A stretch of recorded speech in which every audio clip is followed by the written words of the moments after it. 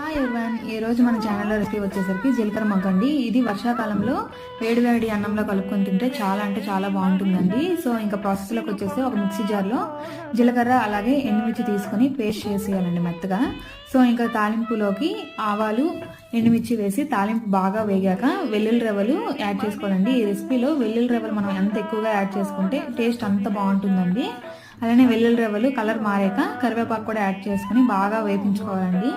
దాని తర్వాత పేస్ట్ మనం ఆల్రెడీ మిక్స్ చేసి గ్రైండ్ చేసుకుని ఉంది కదా, దాన్ని యాడ్ చేసుకొని మంచిగా 5 to 7 minutes అనేది బాగా వేపుకోవాలండి.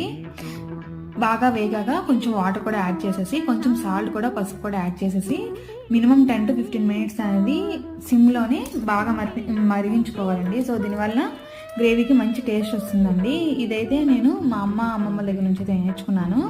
సో వేడి వేడి అన్నంలో ఒక్కసారిగా ట్రై చేయండి, చాలా బాగుంటుంది. Thank you for watching.